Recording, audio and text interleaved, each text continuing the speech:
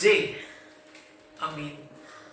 Actually, pleasant Sabbath, ladies and gentlemen. The message in this video is more urgent than I would have thought. I had other videos, lined up. That's what I thought. But as usual, it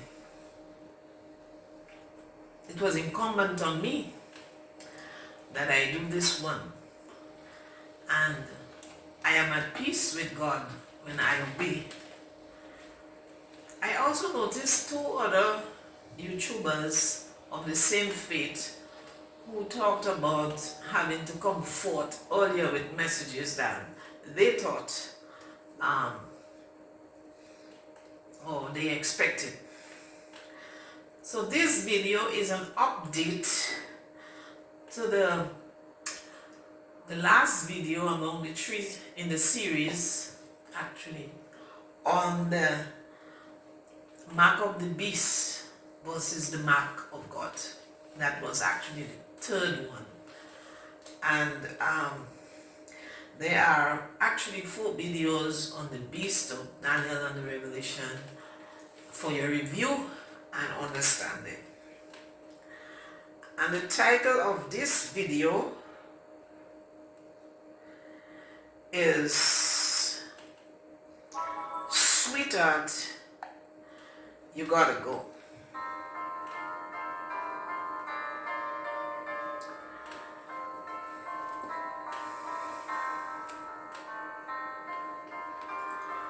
So let's look at the main scripture, Revelation 13.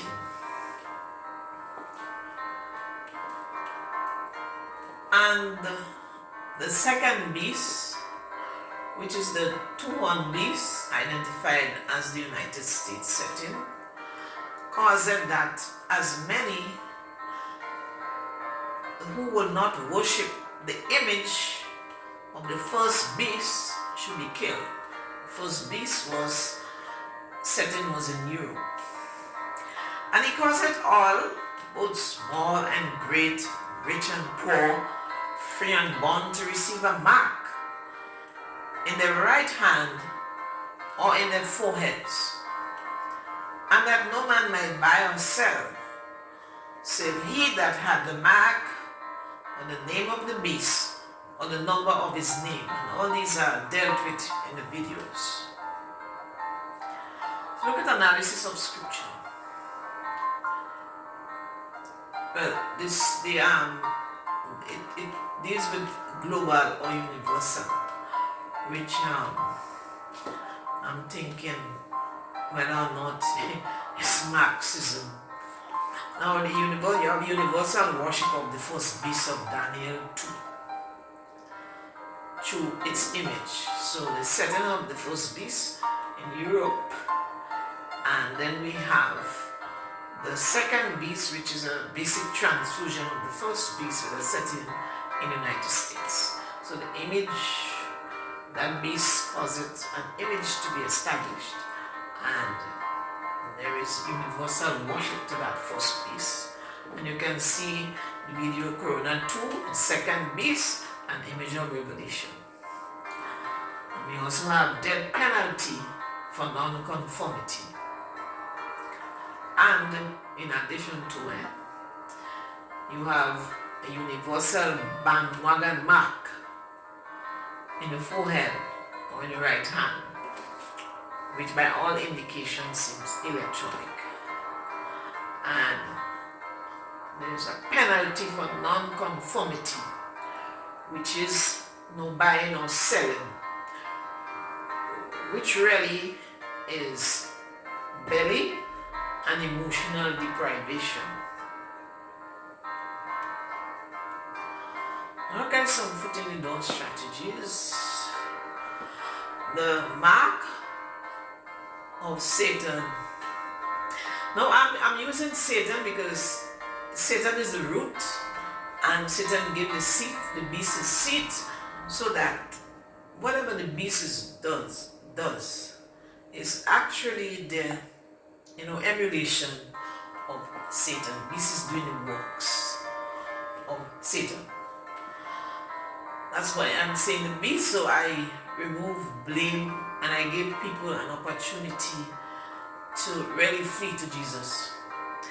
The mark of the beast, the mark of Satan, which the beast will give, seems packaged with Maslow's hierarchy of needs label.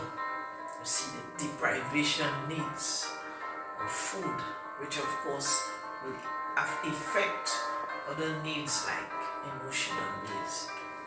If one is not in the electronic system, one cannot be tracked at entrance points to be able to transact business of whatever nature. Presently, customers cannot pass entrance points of some businesses to transact business inside the premises if temperatures are not taken in the forehead or the arm or the face is scanned. These acts are good indicators that the mark having an electronic arm to it, or electronic side. Time allotment for Satan from Genesis, because we're talking about. So you can see my video spinning top in mud. Now the biblical prophet White is a biblical prophet. All the prophets were called by God. White alludes to 6,000 years. This is White is prophet of the Adventist Church. 6,000 years allotted for the mystery of sin in the earth. Now, Satan stole mankind's right to earth. When Adam sinned, and earth means environment and people, God had given Adam management. Satan stole it. Satan claims the earth as his. And the people we see in the book of Zechariah 3, he's actually arguing with God over Joshua. And God had to tell him he is a stick that is plucked from the fire. Alright? So Satan is very serious with his claims. So Satan claimed the earth as his, and during Jesus' temptation in the wilderness in Matthew chapter 4, 1 to 11, one hears Satan offering Jesus the world if he would bow to him. Jesus rebuked Satan, saying, "Thou shalt not tempt the Lord thy God." I think I dealt with that in video, and the first video on the beast, one of those, Corona 1. Then Satan flees from Jesus after a series of 4 temptations, I think. Now that time is at hand, Satan is presenting some new evidence to disclaim God's ownership of mankind. Increased knowledge.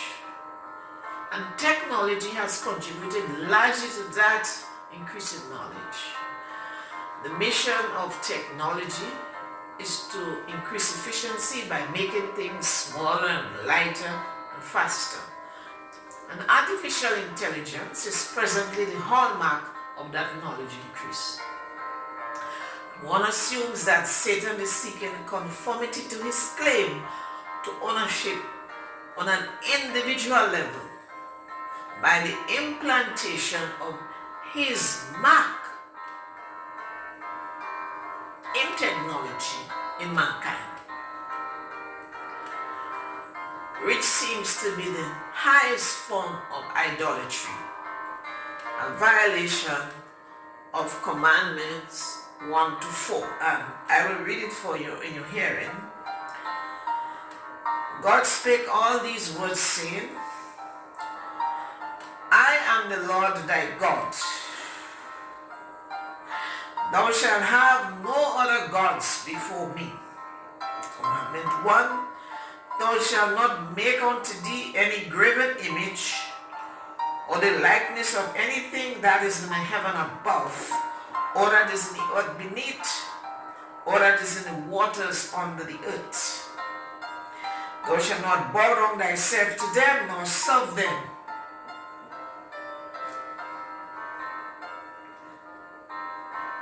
Commandment number 3. Thou shalt not take the name of the Lord thy God in vain, for the Lord will not hold him guiltless that taketh his name in vain. Remember the Sabbath day to keep it holy.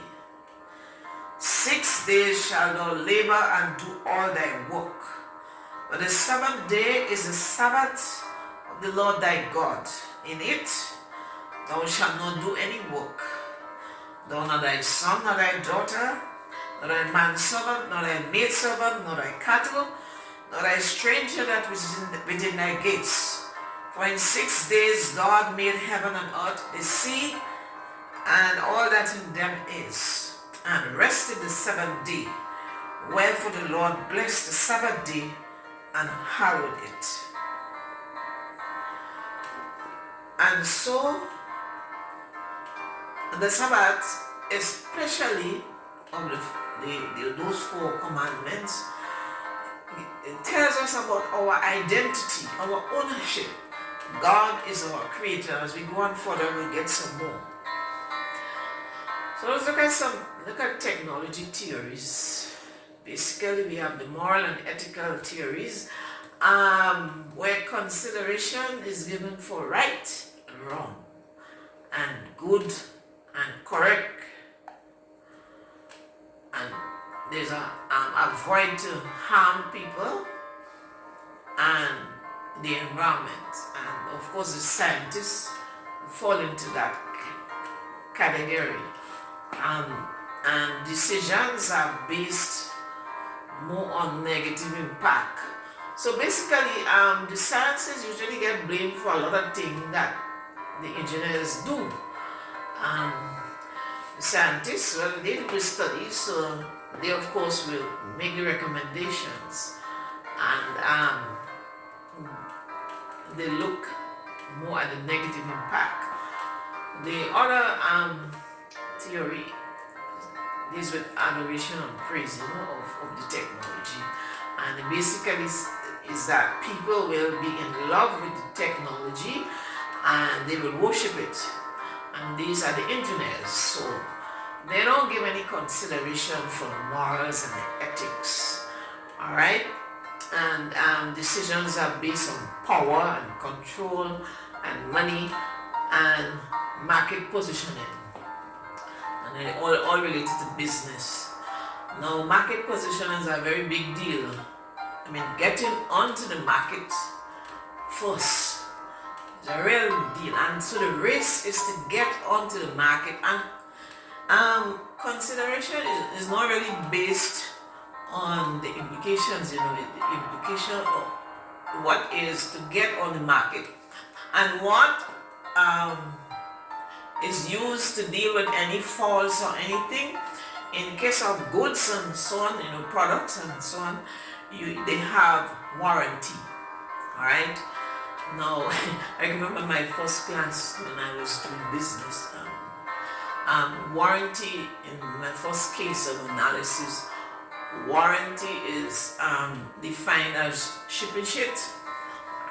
All right.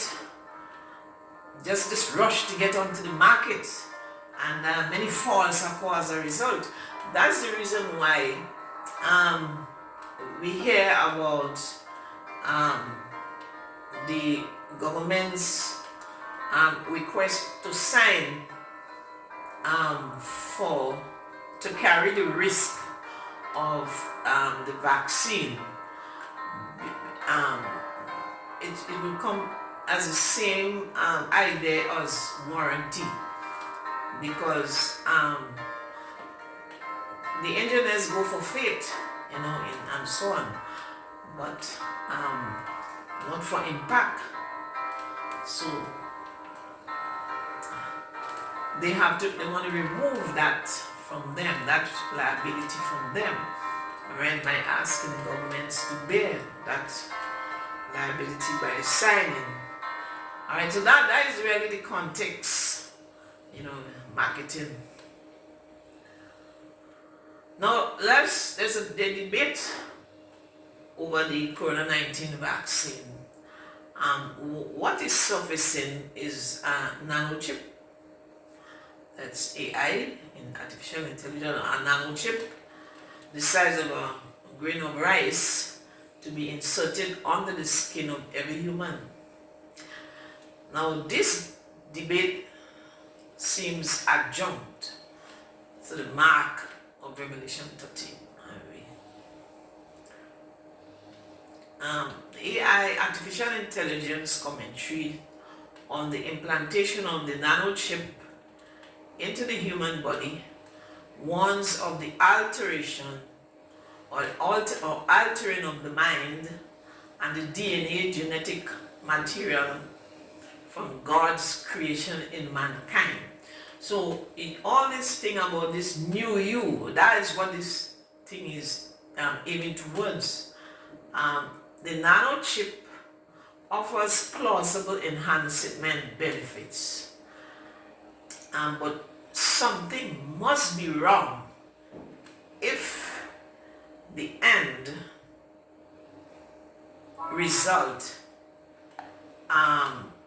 is the plagues that will fall on those who take the mark from heaven. So in other words, and there's a video dealing with that, and one of the 3 series, you take the mark of the beast and you get the plagues of God from heaven as the last plagues. Alright, because you're basically talking about interfering with the creative material and that God has put in man. And so that is a big challenge. And of course, that's where the idolatry is. Revelation 16:2, commentary on the last biblical plague says, and the first angel went and poured out his vial upon the earth, and there fell a noisome and grievous sore upon the men. Well, men is the people which took the mark of the beast. That's the mark that the beast gave upon them which worship, and upon them which worship his image. So those that took the mark that he gave, and those that worship his image. We talked about that image in the second beast. So check out that video.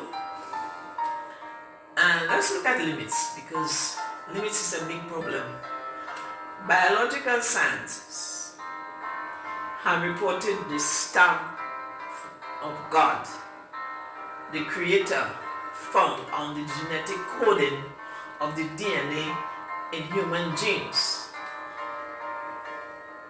This calls forth worship and adoration from mankind towards God, our creator. So basically, we are telling you our identity, whose we are written on our genes. I think that is in the same video. Spin it up in mud. So our identity, that is the reason why the Sabbath, the command of the Sabbath, has been repetitive in the ears of Israel. And God was very, particular about it, because that is the command that actually, the information there that actually tells us whose we are, gives us the identity, right? God, we belong to God, and it's written on our genes. Now mankind can never outpass his creator. God put limits between his dimensional realms of creation. We have God, then we have angels, the realm of God, then we have the realm of angels, followed by man and beast.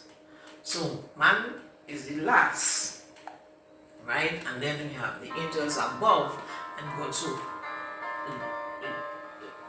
those below are not greater than those above. So we worship God, we bow to God, and so Satan is the same. He must bow. Alright?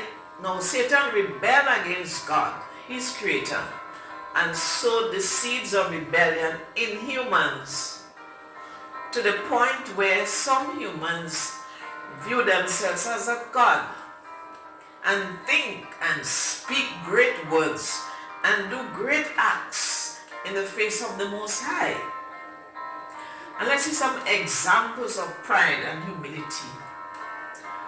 You have King Nebuchadnezzar in Daniel 4 of the Bible, who lifted his head and heart towards heaven in exaltation of the great Babylon which he built, and immediately he was struck by an angel and given the heart of a beast.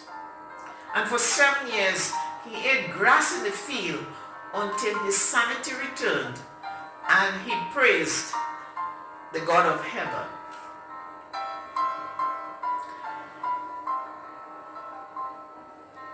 Then we have Noah's day. As Jesus says, as in the days of Noah, so shall the coming of the Son of Man be. Matthew 24. Now, there are some similar characteristics in the days of Noah and in these days, even right now. Communication with the immaterial world of spirits.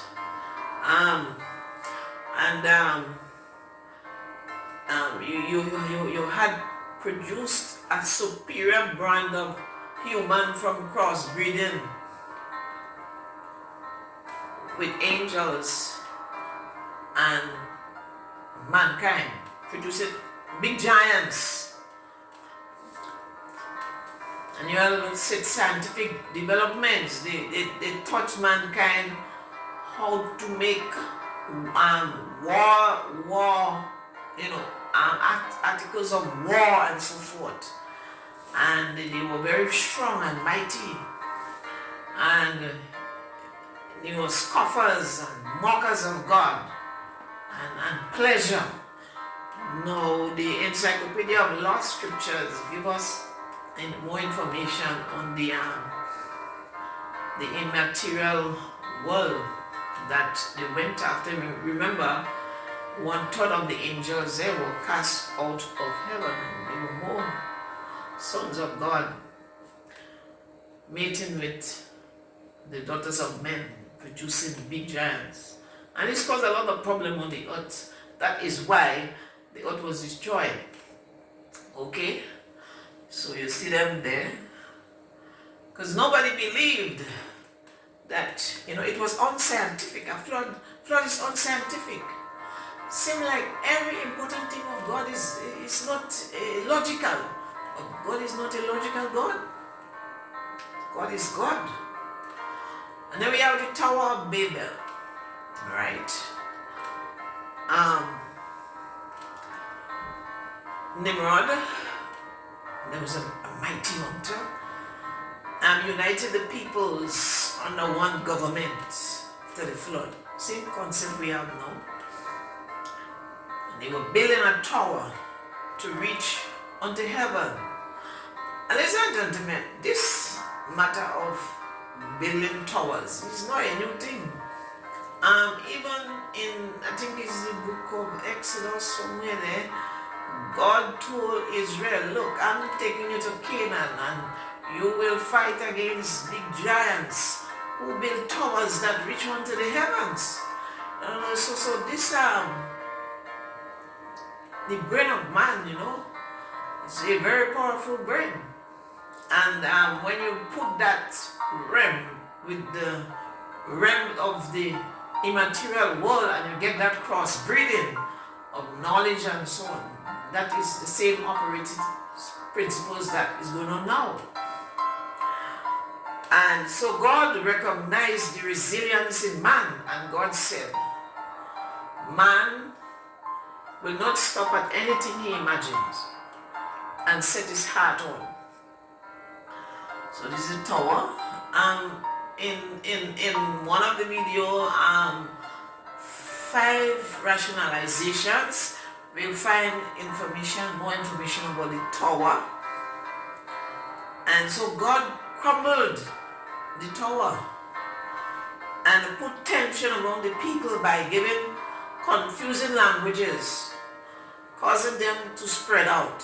So you see, God wanted people to spread out and to separate themselves, right? So one world utopia is not of God. It is rebellion. God will deal with rebellion again, as he had dealt with rebellion before. So that video, 5 generalizations. And then there's another issue on Sunday, the historic mark. Yes, many view the mark in Revelation 13 solely as a change of the Sabbath from Saturday to Sunday, which is the mark of Rome. And they stay there and do not go further. But, ladies and gentlemen, Christians coexist with Sunday and Saturday. That's something that I was always, thinking about. It was always there in the back of my head, there for years. And we have done that for centuries. So there must be something more. So let's look at it. But Revelation 13 presents a visible demarcation, agitating strategy. A visible demarcation, agitating strategy. A mark in the right hand or in the forehead. A decision to disown one's creator. And some people look at that as being metaphorical. And this thing keep worrying and spinning out through my head. So let's take an illustration from electricity to see if we can make sense of what this slide is talking about, historic. So we're going to look at straight plug and extension sockets. So we have here representing the European beast, where the attribution of Sunday solely is given. Alright, with the straight plug. So this represents the European beast, the straight plug. We just plug it in. Right? So this is like the beast. That's the first beast. Straight plug. Okay? And the characteristics then was strong but limited. The main arm was the arm of persecution. And the beast was identified as Rome and the Vatican, because you had the little horn representing the Vatican. And Sunday worship, Sunday was actually the mark of the beast. Alright, that's the mark of Rome. So now with this attribute of persecution, we brought it over and did not actually expand our thinking on it. So we froze the meaning of that mark solely to the mark of the beast, which is Sunday. But when we look at other developments and what the prophet has said, and the prophet attributes is going to come up on one of the slide. A union of 3 concerning that mark, forced allegiance, call it. Forced allegiance on the Christians. You have Sunday worship,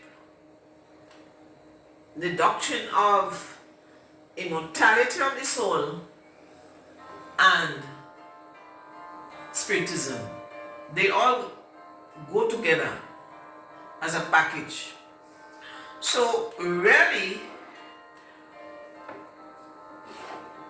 when we get to the second beast, which is the setting in the United States, one of the main characteristics is deception in that beast. So we should be looking at straight plug with extension sockets to actually bring out all that characteristics. So what we have here, we have the first beast, all right? So we can plug it into the extension socket, and so we have the fusing of the first beast and the second beast, all right? And that so the first beast, it had its name and the number identifying it, and so on, and its works, a lot of persecution of the saints. But we have more attributes coming in a deceptive way on the second beast. So the Bible talks about mark. No, the Bible talks about beast name and number, right? The Bible talks about mark, so mark, name and number, right? First, and the Bible talks about mark. The book first of all talks about image to the beast. So you have the image set up, and we talk about that in the second video on the beast, the Corona 2. And then the Bible talks about the mark that this beast will give. So the Bible forces allegiance to the image, and there we are talking about identifying the United Nations as the arm